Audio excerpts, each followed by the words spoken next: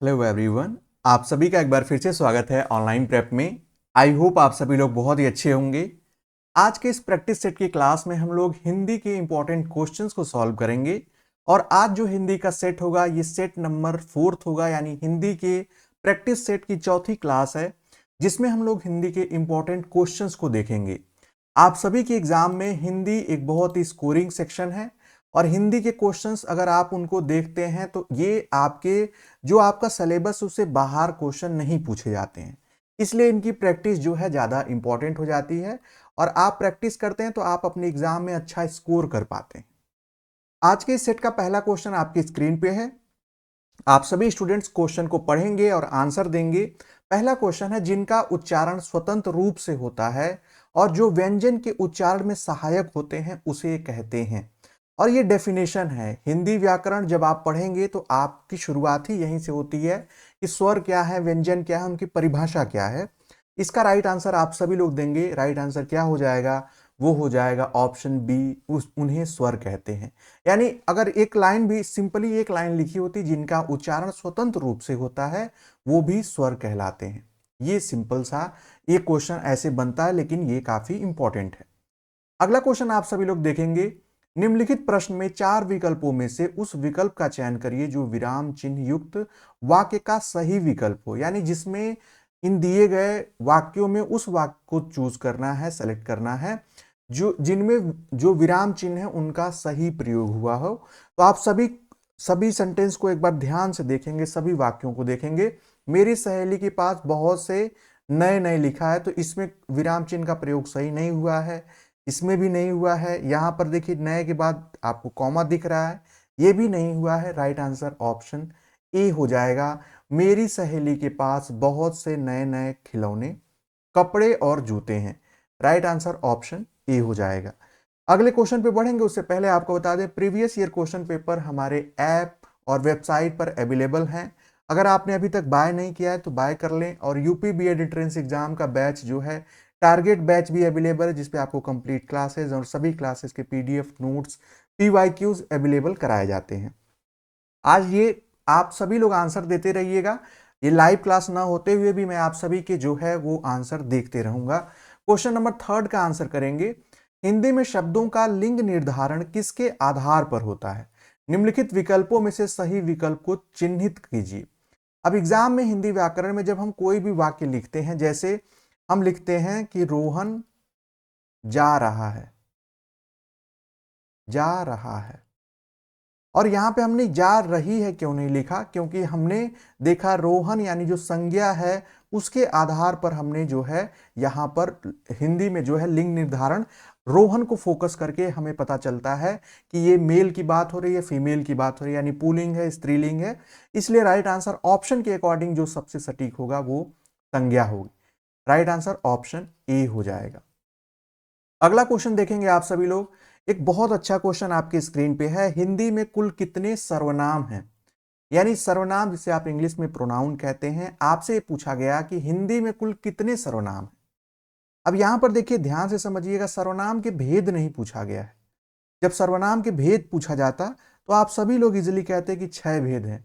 लेकिन सर्वनाम पूछा गया है कि मूल रूप से जितने जो मूल सर्वनाम है उनकी संख्या कितनी है। तो उनकी हिंदी में मूल रूप से संख्या सर्वनाम की 11 है।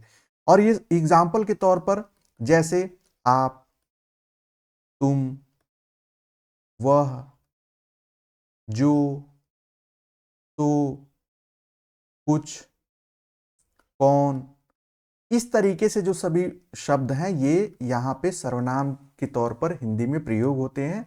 राइट आंसर ऑप्शन सी हो जाएगा। अगला क्वेश्चन देखिएगा, अगले क्वेश्चन का आंसर करिएगा। एक इंपॉर्टेंट क्वेश्चन है। प्रविशेषण को कामता प्रसाद गुरु ने इनमें से कहा है।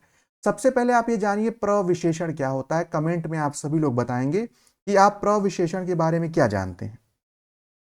प्रविशेषण होता है, यानी जो उस विशेषण को कहते हैं, उन विशेषण शब्दों को कहते हैं जो विशेषण शब्दों की विशेषता बताते हैं। यानी विशेषण शब्दों की विशेषता, जैसे जैसे आप कोई एक वाक्य ले लीजिए, अगर हम यहाँ पर लिखते हैं किसी के बारे में, अगर हम लिख रहे हैं जैसे वह बहुत सुंदर है, वह बहुत सुंदर है। अब यहाँ पे आप सभी लोग देखेंगे कि वह बहुत, अब ये जो सुंदर है ये आपका विशेषण हो गया। अब जो बहुत लग गया, बहुत सुंदर है या सामान्य सुंदरता है या जो इसके इसकी भी विशेषता बता रहा है कि कितना सुंदर है, यही प्रविशेषण कहलाता है। और प्रविशेषण को कामता प्रसाद गुरु ने इसे कहा है अंतर विशेषण। राइट आंसर क्या हो जाएगा? ऑप्शन ए हो जाएगा। ऐसे भी क्वेश्चंस आपके एग्जाम में बनते हैं, इसलिए ऐसे क्वेश्चंस को आपको ध्यान रखना पड़ेगा, काफी इंपॉर्टेंट है। अगला क्वेश्चन का आंसर करेंगे आप सभी लोग। छठा है, रचना की दृष्टि से क्रिया के भेद हैं। उम्मीद है आप सभी आंसर करेंगे कि रचना की दृष्टि से क्रिया के कितने भेद होते हैं। इजी है, इंपॉर्टेंट है। जैसे ही आपके एग्जाम में पूछ दिया जाए रचना की दृष्टि से क्रिया के भेद, तो वो हो जाते हैं दो। कौन कौन से? एक पहला है आपका सकर्मक कर्म के साथ, अकर्मक बिना कर्म के, सकर्मक और अकर्मक क्रिया। राइट आंसर क्या हो जाएगा? ऑप्शन बी हो जाएगा। ये दो भेद हैं। आते अगले क्वेश्चन पे। अगला क्वेश्चन देखेंगे, सातवां प्रश्न है, वो ऐसा दौड़ा कि सब पीछे रह गए। वाक्य में ऐसा है, यानी ये जो वाक्य में ऐसा शब्द प्रयोग हुआ है ये क्या है? ऑप्शन के अकॉर्डिंग आपको आंसर करना है। तो वह ऐसा दौड़ा कि सब पीछे रह गए, इसमें जो है ऐसा एक अविकारी शब्द है जिसका कोई परिवर्तन नहीं हो सकता। ये सदैव अपरिवर्तित रहेगा और ये मूल रूप से स्थिर रहेगा, कभी बदलेगा नहीं। और यही तो परिभाषा है अव्यय की। राइट आंसर ऑप्शन डी हो जाएगा। ऐसे क्वेश्चन हम लोगों ने प्रीवियस सेट में भी सॉल्व किया था।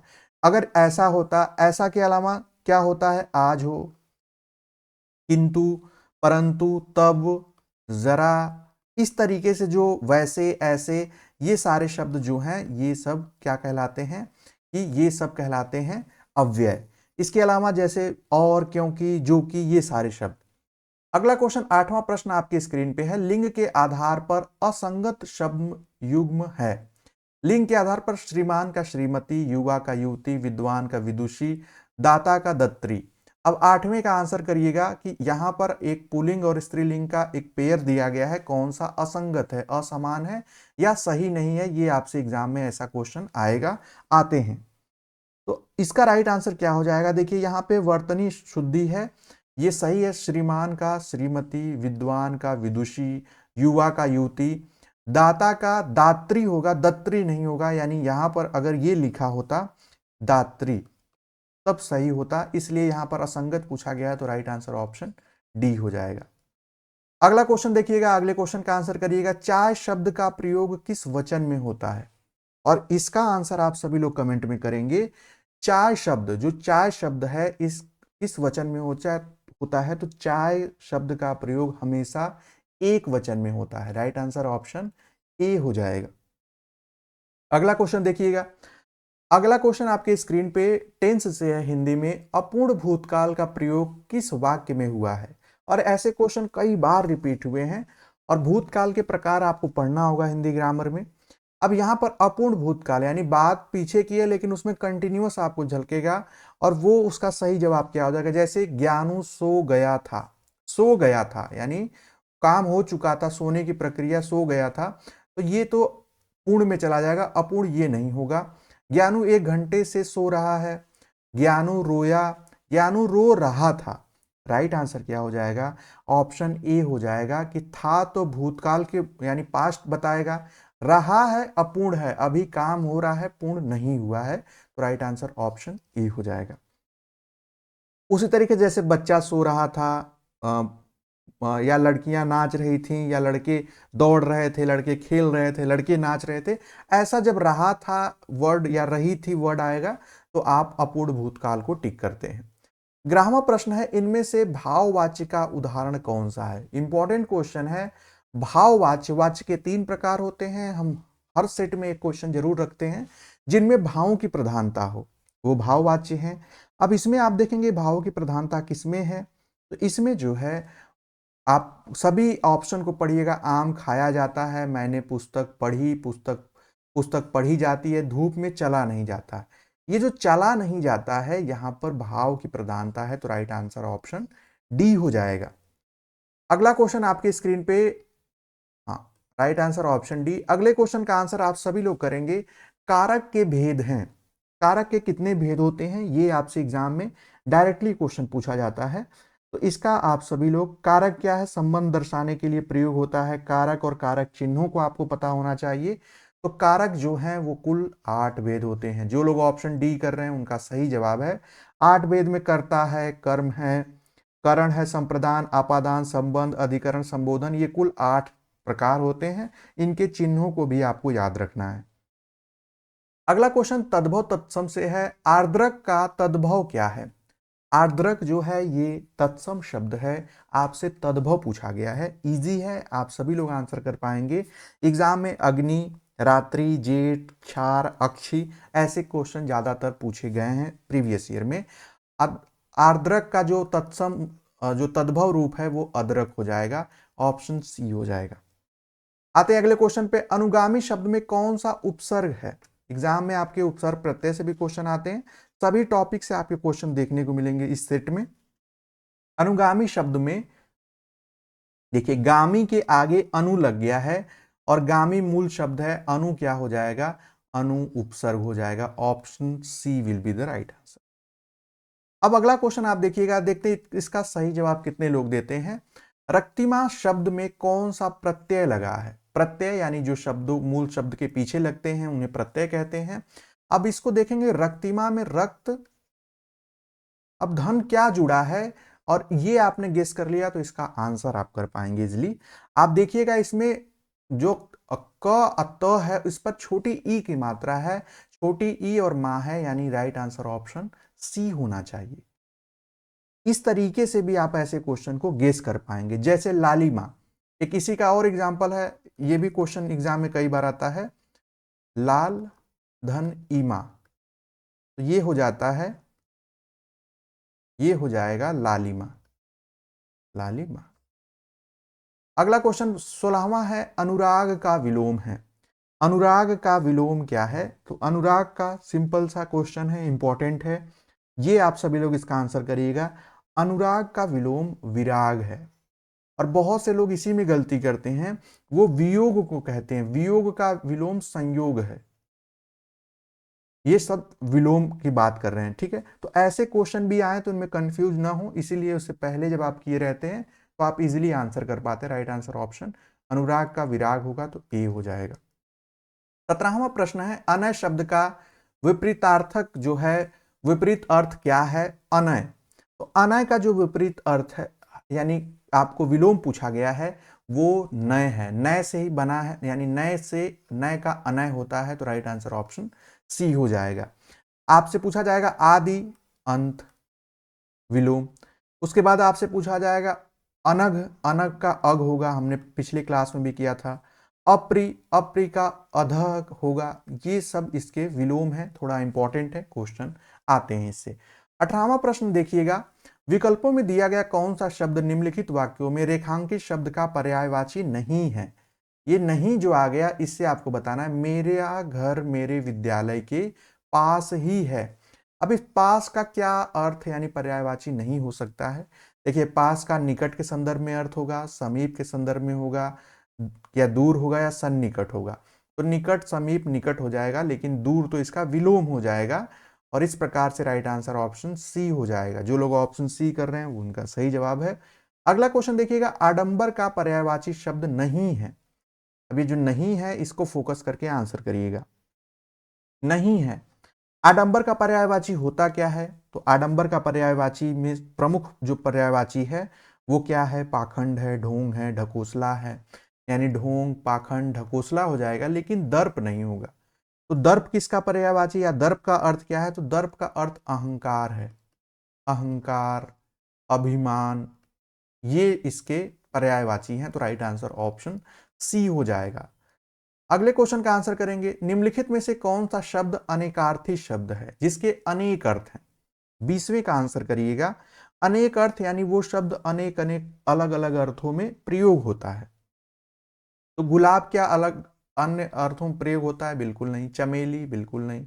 रात रानी बिल्कुल नहीं, बेला होता है, बेला राइट आंसर ऑप्शन बी होगा। आप कहेंगे सर बेला कैसे होगा, ये सब नहीं हो रहा है। तो बेला देखिए समय के लिए भी प्रयोग होता है कि इस बेला में, इस आप हिंदी की कहानियां पढ़ेंगे तो ये होगा कि दोपहर के बेला में, सुबह के बेला में, हम लोग आम बोलचाल की भाषा में प्रयोग करते हैं। एक फूल है बेला, उसके लिए भी प्रयोग होता है। बेला लहर को भी कहा जाता है और बेला कटोरा को भी कहा जाता है, कटोरा। तो इतने अर्थों में ये शब्द प्रयोग होता है। 21वां प्रश्न आपके सामने बहुत इंपॉर्टेंट क्वेश्चन है। शब्द युग्म दिया गया है, अर्थ और भेद सही नहीं है, आपको बताना है। अनिल अनल, अनिल का अर्थ होता है हवा से, अनल का अर्थ है आग से। अंश अंश अंश, अपेक्षा उपेक्षा, अवलंब अविलंब। अब इसमें आपको बताना है कि जिसका अर्थ भेद सही नहीं है वो कौन सा युग्म है, पेयर है। और ये सभी ऑप्शन जो हैं ये एक ही हैं, यानी कि इसका एक साइड में ये युग्म दिया है शब्दों का और यहाँ पर अर्थ भेद दिया गया है, अर्थों में क्या भिन्नता है। तो आप देखेंगे अपेक्षा आशा की जाती है, उपेक्षा निरादर, जिसमें आदर न किया जाए, ये भी सही है। अवलंब का जो होगा अधर न होकर अवलंब का सहारा होता है, अर्थ सहारा, सपोर्ट। और अविलंब का अर्थ हो जाएगा अविलंब, यानी बिना देरी के, बिना विलंब के, यानी तुरंत। इस प्रकार से ये सही नहीं है, राइट आंसर ऑप्शन डी हो जाएगा। अगला क्वेश्चन देखिएगा, अगला क्वेश्चन 22वां प्रश्न है, परलोक से संबंध रखने वाला। अब ये वाक्यांश के लिए एक शब्द से आपके एग्जाम में क्वेश्चन कई बार पूछे गए हैं, तो परलोक से उम्मीद है आप सभी आंसर करेंगे, देखते ही आंसर हो जाना चाहिए। राइट आंसर पारलौकिक हो जाएगा, जो परलोक से संबंध रखे उसके लिए शब्द प्रयोग होता है पारलौकिक। अगला 23वां प्रश्न है, जिसका मूल्य न आंका जा सके। वही सिर्फ सेम वाक्यांश के लिए एक शब्द से क्वेश्चन है आपका, जिसका मूल्य न आंका जा सके वह अमूल्य कहलाएगा, यानी जिसका कोई मूल्य ना हो। राइट आंसर क्या हो जाएगा, ऑप्शन ए। अगला क्वेश्चन, यदि अ या आ के बाद ई आए तो दोनों को मिलाकर ए हो जाता है, ये स्वर संधि कहलाती है। अब स्वर संधि के ही प्रकार से आपके एग्जाम में क्वेश्चन पूछ दिया गया। अब ये स्वर संधि क्या कहलाती है, दीर्घ स्वर संधि, वृद्धि, गुण या अयादि। तो ये स्वर संधि क्या कहलाएगी, आप सभी लोग आंसर करिएगा। आपको एक एग्जांपल दे रहे हैं, इससे आप इसको इजीली समझ पाएंगे। देवधन ईश, देवधन ईश हो जाता है देवेश, देवेश। अब इससे आप गेस करिएगा, या देवधन इंद्र, देवेंद्र। राइट आंसर हो जाएगा, बहुत अच्छा। जो लोग ऑप्शन सी कर रहे हैं उनका सही जवाब है गुण स्वर संधि, ऑप्शन सी हो जाएगा। इसमें जो है, इस यहां पर जो है ये परिवर्तित हो जा रहा है सेम इसी के प्रकार से कि यहाँ पे अ धन ई जो है ये जुड़कर ए हो गया। अगला क्वेश्चन 25वां है, अपाद मस्तक किस समास का उदाहरण है। अपाद मस्तक का अर्थ क्या होता है, यह भी एग्जाम में पूछा जाता है, यानी पैर से लेकर मस्तिष्क तक, ये किसका आपको पूछा गया है, उदाहरण है। तो अ से शुरुआत होने पे भी हम गेस कर सकते हैं ये अव्ययी भाव समास है। राइट आंसर ऑप्शन बी हो जाएगा। 26वां प्रश्न आपकी स्क्रीन पे है, वर्तनी की दृष्टि से अशुद्ध वाक्य का चयन कीजिए। अब वर्तनी दृष्टि यानी स्पेलिंग मिस्टेक देखना है, यदि उसकी तलाशी लोगे तो घड़ी मिल जाएगी, ये सही लग रहा है। हमें अशुद्ध चुनना है, यानी गलत चुनना है। स्वस्थ रहने वाले लोगों को वैद्य के पास नहीं जाना पड़ता, ये भी सही लग रहा है। वह इनकार कर देने का परिणाम जानता है, ये भी सही लग रहा है। यौवन वो काल है जब चरित्र का निर्माण होता है, निर्माण न होकर निर्माण होगा। तो वर्तनी शुद्धि कहा गया है, तो हम राइट आंसर ऑप्शन डी को टिक करेंगे। ये भी आपको ध्यान देना है, अशुद्धि में वर्तनी की दृष्टि भी हो सकती है और व्याकरण दृष्टि से भी हो सकता है, और एक जो हम लोगों ने विराम चिन्ह का प्रयोग देखा वैसा भी हो सकता है। रस के अवयवों की संख्या कितनी है, एग्जाम में ऐसे भी क्वेश्चन आते हैं, रस से आते हैं, छंद से आते हैं, आपसे ये क्वेश्चन पूछा गया है। तो रस में अवयवों की संख्या कुल होती है 4। वो अव्यय कौन कौन से हैं, ये भी एग्जाम में आपसे क्वेश्चन कई बार पूछा गया है, फेवरेट क्वेश्चन, रिपीटेड क्वेश्चन है। उसमें होता है विभाव, अनुभाव, अस्थाई भाव और संचारी भाव। मैं यहाँ पे लिख दे रहा हूं, विभाव, अनुभाव, स्थायी भाव और संचारी भाव। इस प्रकार से कुल 4 संख्या होती है, तो राइट आंसर क्या हो जाएगा? ऑप्शन बी हो जाएगा। 28वां प्रश्न है, अनुष्ठुप है। अनुष्ठुप क्या है? अब एग्जाम में ऐसे भी क्वेश्चन आ सकते हैं कि अनुष्ठुप क्या होता है, तो ये एक प्रकार का क्या है? क्या एक छंद है, रस है, अलंकार है या गुण है? तो देखिए, अनुष्ठुप जो है ये अलंकार नहीं है, ये हमने पढ़ा है, अलंकार ये बिल्कुल नहीं है। रस में ऐसा कोई रस नहीं आता है। अब बचा ए या D. Right answer option A हो जाएगा कि ये एक छंद का प्रकार है। Option A will be the right answer. 29वां प्रश्न है, तुलसीदास सीदती निस दिन देखत तुम्हार निठुराई। इस पंक्ति में कौन सा अलंकार है? अब यहां पर आपको ये देखना है कि इसमें क्या हो रहा है। ये अलंकार में अनुप्रास अलंकार का ही, यानी यहां पर वर्णों की आवृत्ति हो रही है, लेकिन कौन सा अलंकार है? अनुप्रास में लाटानुप्रास है, वृत्तानुप्रास है, अत्यंतानुप्रास है, ये हमें बताना है। तो तुलसीदास सिदती निस दिन देखत तुम्हार निठुराई। अब यहां पर किन जो पद हैं या किन वर्णों की आवृत्ति हो रही है? तो देखिए, त की आवृत्ति हो रही है, तुलसीदास अदिति देखत तुम्हार। एक तो पहले त की आवृत्ति हो रही है, उसके अलावा क्या किसी की आवृत्ति हो रही है? तो हम देख रहे हैं कि यहाँ पे द पे दास, दति, दिन, देखत, तो द की भी आवृत्ति हो रही है।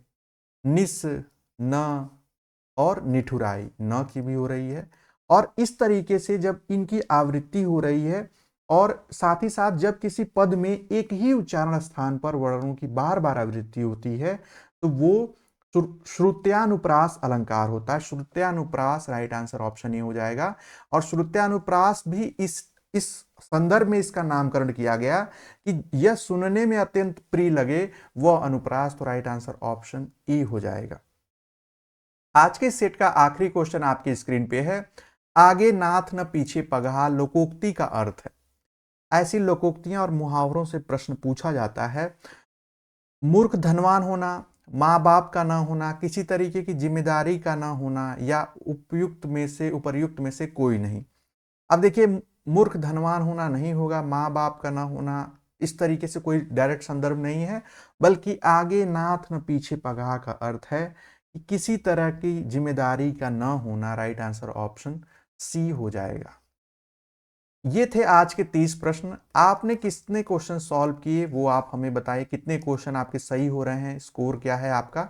साथ ही साथ ये जो क्लासेस जाती हैं, इन सभी का पीडीएफ हमारे ऐप में, बैच में अवेलेबल करा दिया जाता है।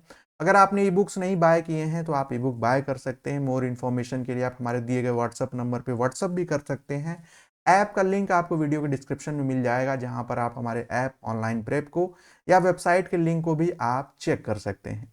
ये थी आज की क्लास, जिसमें हम लोगों ने हिंदी के इंपॉर्टेंट क्वेश्चंस को किया। उम्मीद है आप सभी को ये क्लास पसंद आई, आपने अंत तक ज्वाइन किया और आपके लिए बेनिफिशियल होगी। आगे आने वाले जितने भी क्लासेस रहेंगे वो सब आपके लिए इंपॉर्टेंट हैं, तो उसे देखना ना भूलें। मिलेंगे अगले दिन अगले इंपॉर्टेंट प्रैक्टिस सेट के साथ। सुबह 10 बजे जुड़ना ना भूलें।